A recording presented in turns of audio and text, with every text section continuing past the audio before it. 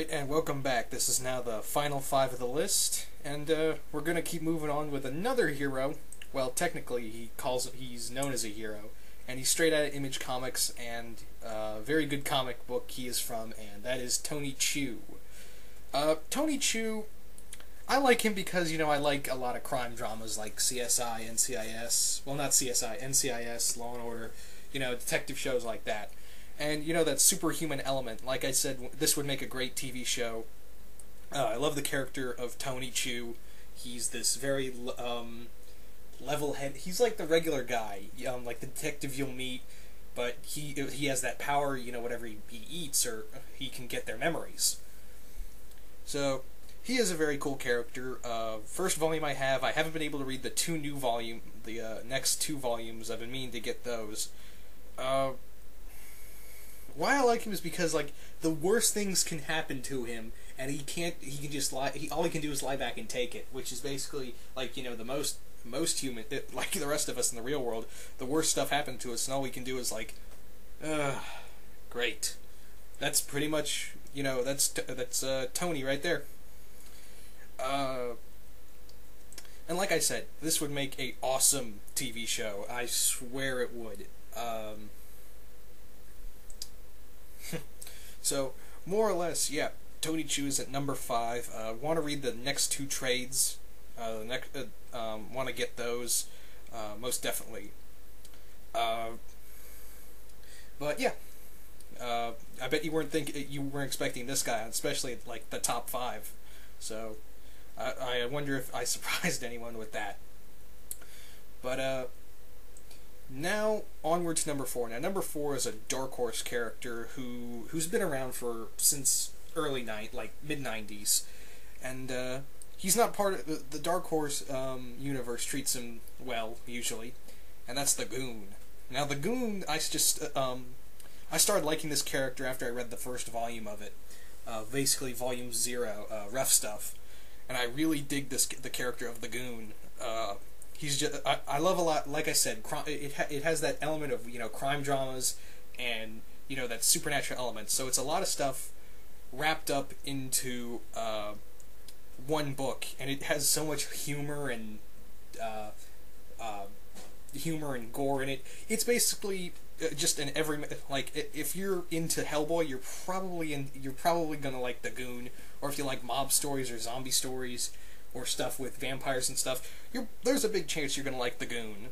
And there's a lot of homages to Army of Darkness, Nightmare on Elm Street, a lot of homages to a lot of the big horror movies. There's one where he pulls out a chainsaw it's a talking chainsaw, and it's a comic book where it doesn't take itself seriously, not in the least.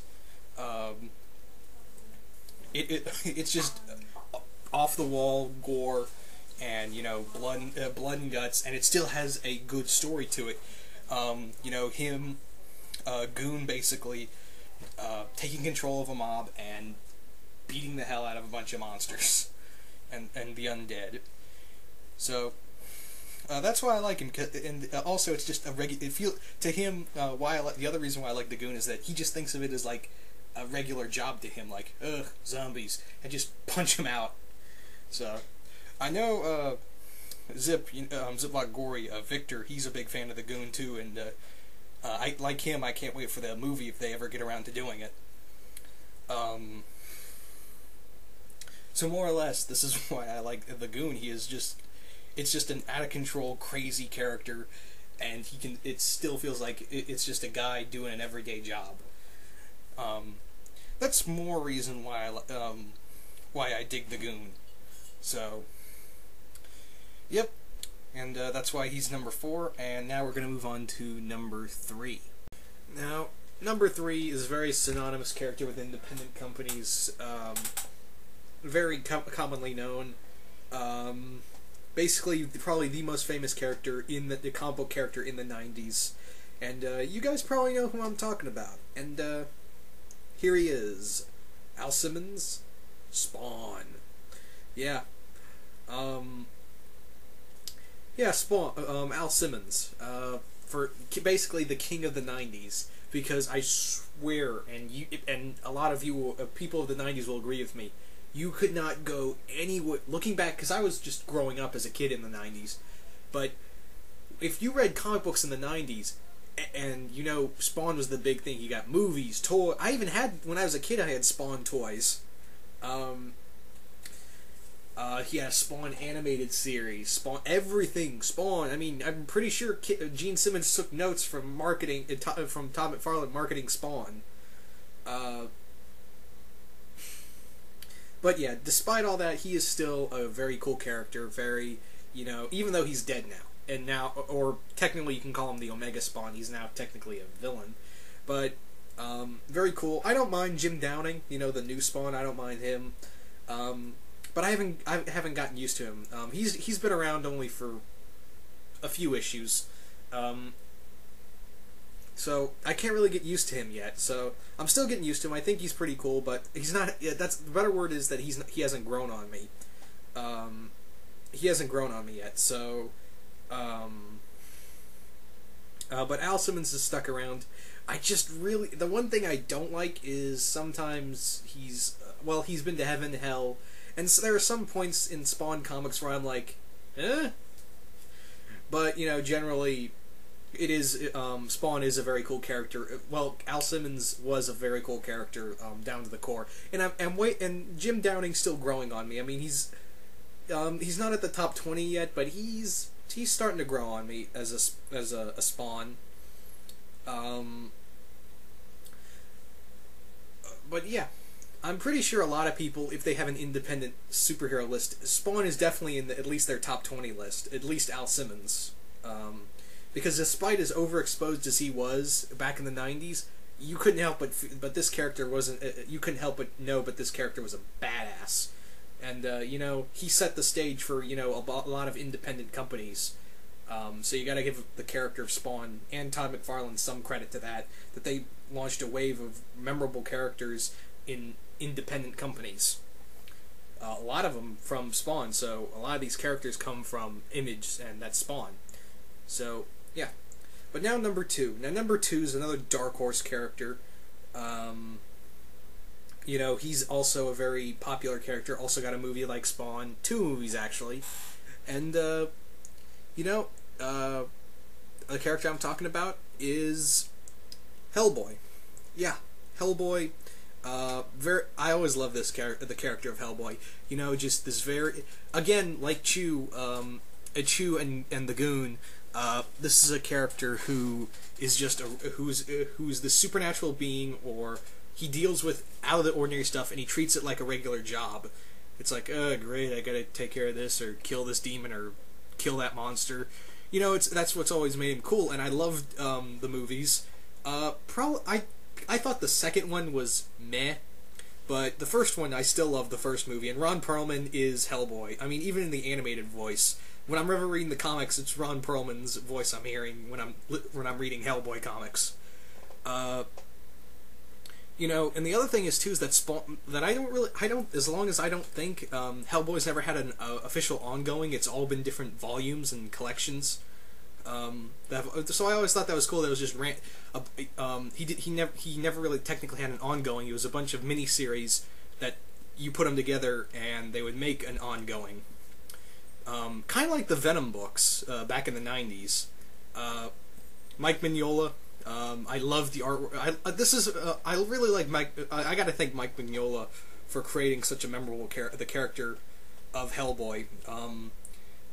Just this very cool character, very dark, but at the same time, along with, you know, Chew and the Goon, there are some very funny and lighthearted moments, but there's still those dark and gritty moments that really help the comic along. But you know, all in all, Hellboy, for the longest time, well, he's been rising up and all the way got to the number 2 spot, but the number 1 guy stopped him from being number 1, and you're about to find out who I'm talking about in general. And you know, without further ado, let's move on to number 1. Now, number 1 is a character straight from Top Cow Comics. This guy is probably their flagship and poster boy for that company, and you know, you guys probably know who I'm already talking about, and that is Jackie Estacado, aka the Darkness. That's right, guys. Jackie's my favorite indie character. First off, like I said, along with you know, regular guy, crime drama, and supernatural element, this is a character who is just everything about him is badass. Just a mafia hitman given supernatural powers. I mean, the whole idea behind Darkness itself is pretty cool. A guy who can create a whole army, basically, out of pure shadow is pretty badass, in my opinion, you know? I haven't read a Darkness book I didn't like. Even the crossovers have been awesome. I'm still trying. There's a lot of crossovers I haven't found. There's been some that have been meh, but there's never been one like, oh, this is terrible. So, yeah. Jackie himself, even without the powers, is a pretty likable character. I'm pretty sure if they just did Jackie as a character without the darkness, I'm convinced that book would still sell, even if you didn't have if it was just called Jackie or Hitman or something, and just had Jackie Estacado without the darkness. It would still be a very well-known and very special book. The game was okay.